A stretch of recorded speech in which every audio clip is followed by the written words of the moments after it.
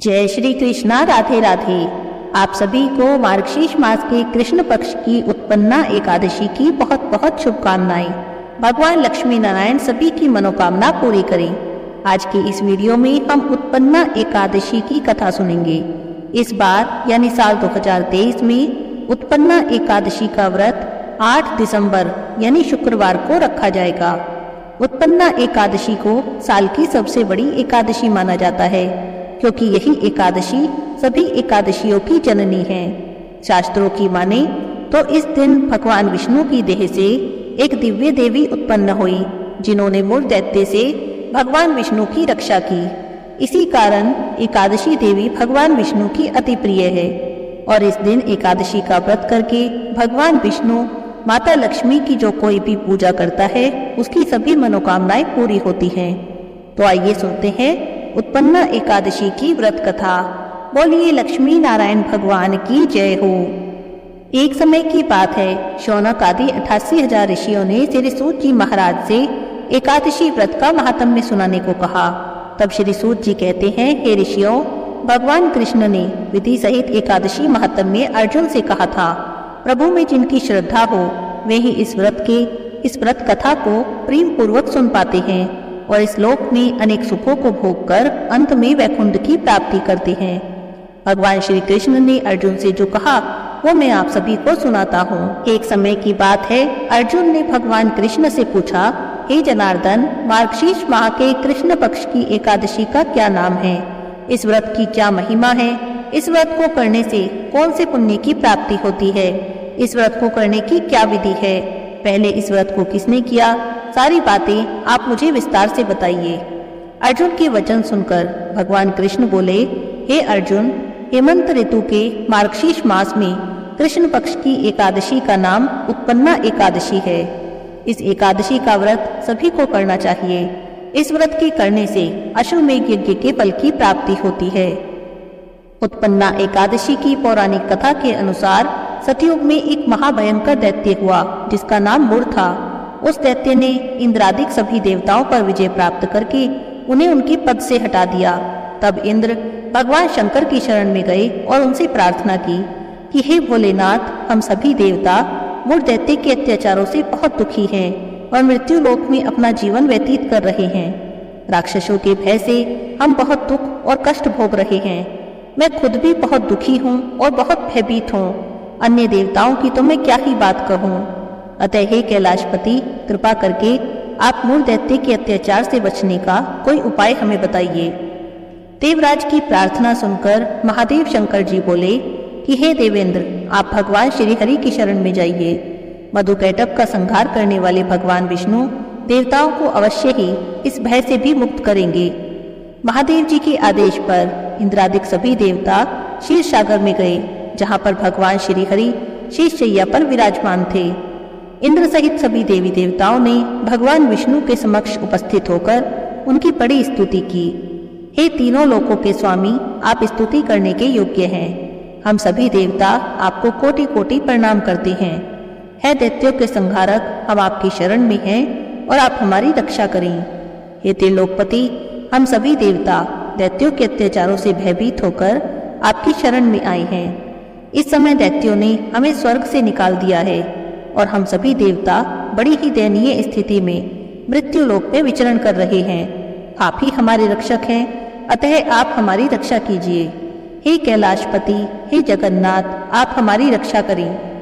देवताओं की ऐसी करुण पुकार सुनकर भगवान श्री हरि बोले, हे देवगणों, ऐसा कौन सा दैत्य है जिसने देवताओं को जीत लिया?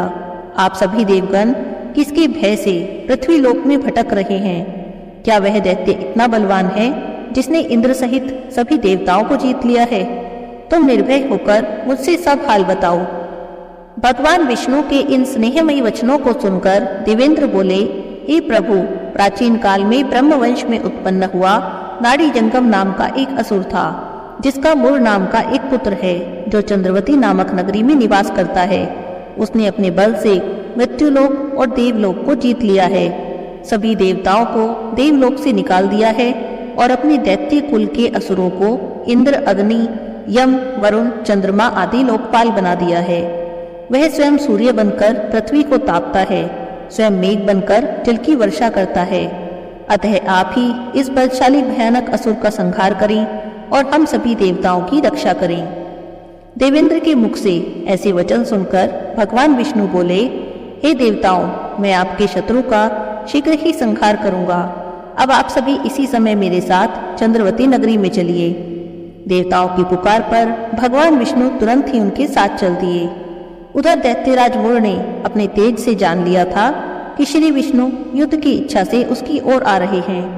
अतः अपने राक्षस योद्धाओं के साथ वह भी युद्ध भूमि में आकर गरजने लगा। देखते ही देखते वहां पर भयानक युद्ध शुरू हो गया। युद्ध शुरू होने पर अनगिनत असुर अपने अस्त्रों और शस्त्रों को धारण करके देवताओं से युद्ध करने लगे। देवता तो पहले से ही डरे हुए थे। वे अधिक देर तक उन राक्षसों का सामना नहीं कर सके और वहां से भाग खड़े हुए। तब भगवान विष्णु स्वयं ही युद्ध भूमि में आ गए। दैत्य पहले से भी ज्यादा जोश में भरकर भगवान विष्णु से युद्ध करने लगे। वे अपने अस्त्रों और शस्त्रों से उन पर भयंकर प्रहार करने लगे। दैत्यों के आक्रामक वारों को भगवान विष्णु अपने चक्र और गदा के प्रहारों से नष्ट करने लगे। इस युद्ध में बहुत से दैत्य सदा के लिए मृत्यु की गोद में समा गए। किंतु दैत्यराज मुर भगवान विष्णु के साथ निश्चल भाव से युद्ध करता रहा। उसका तो जैसे अभी बाल भी पाका नहीं हुआ था। वह बिना डरे युद्ध कर रहा था। भगवान विष्णु मुर को मारने के लिए जिन जिन शस्त्रों का प्रयोग करते, वे सब उसके तेज से नष्ट होकर उस पर पुष्पों के समान गिरने लगते। अनेक अस्त्रों और शस्त्रों का प्रयोग करने पर भी भगवान विष्णु उससे नहीं जीत सके। तब वे आपस में मल्ल युद्ध करने लगे। भगवान श्री हरि उस असुर से देवताओं के लिए हजारों वर्षों तक युद्ध करते रहे, किंतु उस असुर से नहीं जीत सके। अंत में भगवान विष्णु शांत होकर विश्राम करने की इच्छा से बद्रिकाश्रम स्थित 38 कोस लंबी एक द्वार वाली हेमवती नाम की गुफा में प्रवेश कर गए। हे अर्जुन, उस गुफा में प्रभु ने शयन किया। भगवान विष्णु के पीछे पीछे वह दैत्य भी गुफा में चला आया था। भगवान श्री हरि को सोता देखकर वह उन्हें मारने को तैयार हो गया। वह सोच रहा था कि आज मैं अपने शत्रु को मारकर हमेशा हमेशा के लिए निष्कंटक हो जाऊंगा, परंतु उसकी यह इच्छा पूरी न हो सकी, क्योंकि उसी समय भगवान विष्णु की देह से दिव्य वस्त्र धारण किए एक अत्यंत मोहिनी कन्या उत्पन्न हुई और राक्षस को ललकार कर उससे युद्ध करने लगी। उस कन्या को देखकर राक्षस को बड़ा आश्चर्य हुआ और वह सोचने लगा कि ऐसी दिव्य कन्या कहाँ से उत्पन्न हुई। और फिर वह असुर उस कन्या से लगातार युद्ध करता रहा।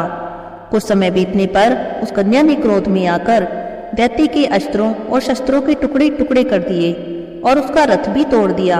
अब तो उस दैत्य को बड़ा ही क्रोध आया और वह सारी मर्यादाएं भंग करके उस कन्या से मल्ल युद्ध करने लगा।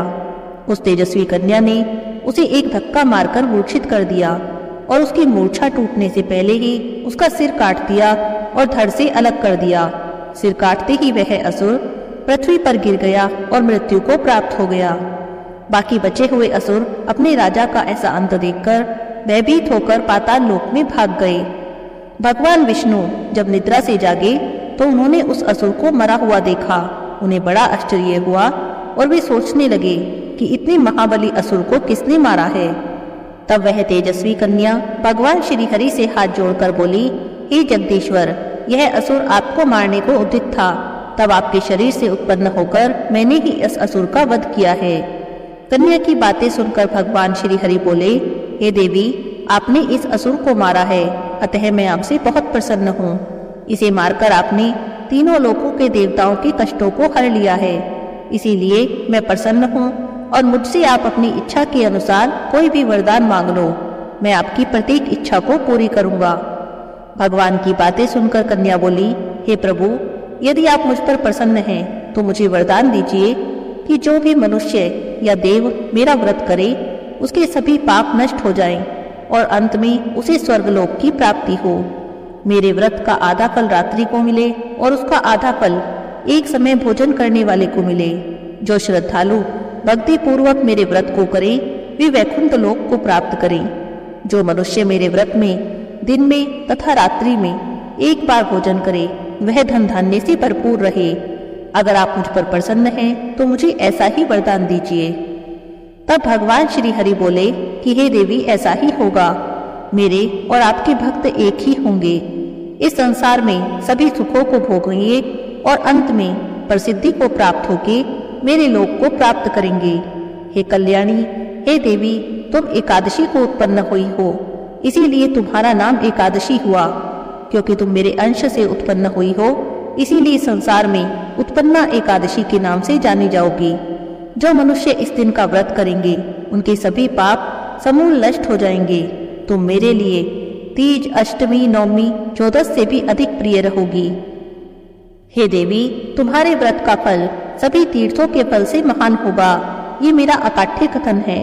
इतना कहकर भगवान श्री हरि तो वहीं पर अंतर्ध्यान हो गए। हे अर्जुन, जो कोई भी इस एकादशी की व्रत कथा को सुनता है या पढ़ता है, उन्हें अश्वमेध यज्ञ के समान फल की प्राप्ति होती है, ऐसा मेरा वरदान है। भगवान श्री कृष्ण कहते हैं, हे अर्जुन, ये मैंने तुमसे उत्पन्ना एकादशी की कथा का वर्णन किया। अब मैं तुमसे उत्पन्ना एकादशी की व्रत विधि कहता हूँ, तुम ध्यान से सुनो। दशमी की सायकाल को भोजन के बाद अच्छी तरह से दातुन करें, ताकि अन्न का अंश मुंह में ना रह जाए। रात्रि को भोजन बिल्कुल भी ना करें, ना अधिक बोलें। एकादशी के दिन सुबह 4 बजे उठकर सबसे पहले अपने व्रत का संकल्प करें। उसके बाद शौच आदि से निवृत्त होकर शुद्ध जल से स्नान करें। इस दिन स्नान करने के लिए अपने नहाने के पानी में गंगा जल मिला लें। इससे तीर्थों के स्नान का फल प्राप्त होता है। व्रत करने वाला चोर, पाखंडी, पर स्त्रीगामी, निंदक, मिथ्याभाषी और किसी भी प्रकार के पापी से बात न करे। स्नान के बाद धूप दीप नैवेद्य से 16 चीजों से भगवान का पूजन करे और रात्रि को दीप दान करे। रात्रि में सोना या प्रसंग नहीं करना चाहिए। सारी रात भजन कीर्तन आदि करते रहना चाहिए। जो कुछ पहले जाने अनजाने में पाप हो गए हों, उनकी क्षमा मांगनी चाहिए।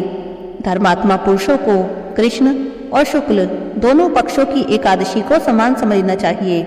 जो भी मनुष्य बताई विधि के अनुसार एकादशी का व्रत करते हैं, उन्हें शंखोधार तीर्थ में स्नान करने से, भगवान के दर्शन करने से जो फल प्राप्त होता है, वह एकादशी व्रत के 16वें भाग के समान भी नहीं है। व्यातिपात के दिन दान देने का लाख गुना अधिक फल होता है। संक्रांति से 4 लाख गुना और सूर्य ग्रहण और चंद्र ग्रहण में स्नान दान से जो पुण्य प्राप्त होता है, वही पुण्य एकादशी के दिन व्रत करने से प्राप्त हो जाता है। अश्वमेध यज्ञ करने से 100 गुना तथा 1 लाख तपस्वियों को 60 वर्षों तक भोजन कराने से 10 गुना अधिक पुण्य, 10 ब्राह्मणों अथवा 100 ब्रह्मचारियों को भोजन कराने से 1000 गुना पुण्य भूमि दान करने से होता है। उससे भी 1000 गुना अधिक पुण्य कन्यादान से प्राप्त हो जाता है। इससे भी 10 गुना पुण्य विद्यादान करने से होता है और विद्यादान से भी 10 गुना पुण्य भूखे को भोजन कराने से होता है। अन्नदान के समान इस संसार में कोई भी कार्य नहीं जिससे देवता और पितृ दोनों ही प्रसन्न और तृप्त होते हैं। पर एकादशी के व्रत का पुण्य सबसे अधिक होता है। हजारों यज्ञों से भी अधिक इसका फल होता है। इस व्रत का प्रभाव देवताओं को भी दुर्लभ है। रात्रि को भोजन करने वाले को उपवास का आधा फल मिलता है और दिन में 1 बार भोजन करने वाले को भी आधा ही फल प्राप्त होता है। जो निर्जला व्रत करते हैं, उसके महात्म्य का वर्णन तो देवता भी नहीं कर सकते। हे अर्जुन, इस एकादशी व्रत के करने वाले मनुष्य के शत्रुओं का मैं जड़ से नाश कर देता हूँ और व्रत करने वाले को मोक्ष प्रदान करता हूँ। उन मनुष्यों के जीवन के जो भी कष्ट होते हैं, उन्हें मैं दूर कर देता हूँ। अर्थात मुझे अत्यंत प्रिय एकादशी के व्रत करने वाला प्राणी सभी ओर से निर्भय और सुखी होकर अंत में मोक्ष की प्राप्ति करता है। हे कुंती पुत्र, यह मैंने तुमसे उत्पन्ना एकादशी की पूरी व्याख्या कर दी है। एकादशी व्रत सभी पापों को नष्ट करने वाला और सिद्धि प्रदान करने वाला है। श्रेष्ठ मनुष्य को दोनों पक्षों की एकादशी को समान समझना चाहिए और उसमें भेदभाव नहीं करना चाहिए। जो भी मनुष्य उत्पन्ना एकादशी की इस कथा को पढ़ते हैं या सुनते हैं, उन्हें अश्वमेध यज्ञ के समान फल की प्राप्ति होती है। बोलिए एकादशी माता की जय हो, विष्णु भगवान की जय हो। अब सुनते हैं तुलसी माता की कहानी। बोलिए तुलसी माता की जय हो। बहुत समय पहले की बात है। किसी गांव में एक बुढ़िया माई रहती थी। बुढ़िया माई विष्णु भगवान की बड़ी भक्त थी। रोज मंदिर में जाती और विष्णु भगवान की पूजा करती। पूजा करने के बाद तुलसी माता की सेवा करती, तुलसी माता को जल से सींचती, परिक्रमा करती, कथा करती और आरती करती। लौटते वक्त तुलसी माता से रोज प्रार्थना करती, हे तुलसी माता सत की दाता, मैं तेरा बिड़वा सींचती हूँ, तुम मुझे बहू दो। हे तुलसी माता सत की दाता, मैं बिड़ला सींचूं तेरा, तू कर निस्तारा मेरा। हे तुलसी माता अड़वा दे, कड़वा दे, पीताम्बर की धोती दे, मीठा मीठा घास दे, वैकुंठ का वास दे, चटके की चाल दे, पटके की मौत दे, चंदन का काट दे, झालर की झनकार दे, दाल भात का जिम्मन दे, एकादशी का दिन दे और कृष्ण का कांधा दे। ऐसी प्रार्थना बुढ़िया माई रोज तुलसी माता से करती। बुढ़िया माई की प्रार्थना सुनकर तुलसी माता सूखने लगी। भगवान कृष्ण ने देखा कि तुलसी माता सूखती जा रही हैं, तो तुलसी माता से पूछने लगे, हे देवी क्या बात है, तुम सूखती क्यों जा रही हो? तुम्हारे पास तो इतनी औरतें आती हैं, तुम्हारी पूजा करती हैं, तुम्हें तो हरी भरी होना चाहिए, तुम सूखती जा रही हो। तो तुलसी माता बोली कि बस मेरे मन की मत पूछिए भगवान। तो भगवान भी हंसकर कहने लगे, हे देवी मैं नहीं पूछूंगा तो कौन पूछेगा, बताओ तो तुम्हें किस बात की चिंता है? तो तुलसी माता बोली, भगवान बाकी सब तो ठीक है, लेकिन एक बुढ़िया आती है और रोज मेरी पूजा करके प्रार्थना करती है कि हे तुलसी माता मैं तेरी पूजा करती हूँ, तेरा बिड़वा सींचती हूँ, तुम मुझे बहू दो। हे तुलसी माता सत की दाता, मैं बिड़ला सींचूं तेरा, तू कर निस्तारा मेरा।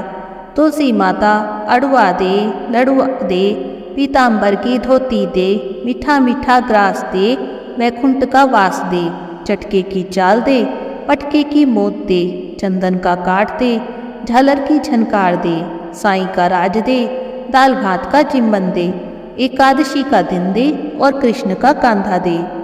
हे भगवान मैं उसकी सारी मनोकामना पूरी कर दूंगी, पर आप कृष्ण जी का कांधा कहाँ से दूंगी? तो कृष्ण भगवान बोले, बस इतनी सी बात है, आप चिंता मत करो, जब बुढ़िया मरेगी तो मैं खुद उसे कृष्ण का कांधा देने आ जाऊंगा। इतनी बात सुनकर तो तुलसी माता प्रसन्न हो गई। अब तुलसी माता फिर से हरी भरी हो गई। एक दिन की बात है, एकादशी का दिन था। बुढ़िया माई का एकादशी का व्रत था। विष्णु भगवान के मंदिर में पूजा करने गई। लौटते वक्त तुलसी माता की पूजा करके प्रार्थना करके जब आने लगी तो रास्ते में ठोकर लगी। ठोकर खाकर गिर पड़ी। गिरते ही बुढ़िया माई के तो प्राण निकल गए। बुढ़िया माई को गिरते देखा तो सभी लोग उन्हें उठाने आए, लेकिन बुढ़िया माई तो गिरते ही इतनी भारी हो गई कि किसी से उठे ही नहीं। सभी लोग आपस में बातें करने लगे। लोगों को तो बातें करने का बहाना चाहिए। सब कहने लगे कि बुढ़िया माई पूजा पाठ तो बहुत करती थी, बड़ी संस्कारी लगती थी, पर लगता है पूजा पाठ पापी मन से करती थी, इसीलिए तो मरकर इतनी भारी हो गई है जो किसी से उठ भी नहीं रही है। इस तरह की निर्जा चर्चा जब सभी लोग करने लगे तो पास ही में जब तुलसी माता ने सुनी तो उन्हें बड़ा दुख हुआ। तो उन्होंने कृष्ण भगवान को याद किया। बोली, भगवान जी आपका वचन पूरा करने का समय आ गया। अब तुलसी माता बुलाएं और भगवान ना आए, ऐसा तो नहीं हो सकता। तुलसी माता के बुलाते ही कृष्ण भगवान दौड़े चले आए। ब्राह्मण का वेश बना लिया। तुलसी माता ने भी एक ब्राह्मणी का वेश बना लिया। आकर वहीं आ गए जहाँ पर बुढ़िया माई मरी पड़ी थी। सभी लोगों से पूछने लगे कि ये सब भीड़ क्यों लगा रखी है। तो सब लोग बोले कि एक बुढ़िया मर गई है, बड़ी पूजा पाठ करती थी, लेकिन लगता है पापिनी भी थी, तभी तो मरकर इतनी भारी हो गई जो किसी से उठ भी नहीं रही। अब देखो पंडित ज्योतिषी बुलवाए हैं, जो वो कहेंगे वही होगा। तो भगवान बोले कि भाई थोड़ी बहुत पंडिताई तो मैं भी कर लेता हूँ, अगर तुम कहो तो मैं देख लूँ। तो सब लोग कहने लगे, हाँ जा तू भी अपने मन की करके देख ले। तो ब्राह्मण बने भगवान बुढ़िया माई के पास गए और जाकर कान में कहने लगे, ले बुढ़िया माई तू भी अपने मन की कर ले।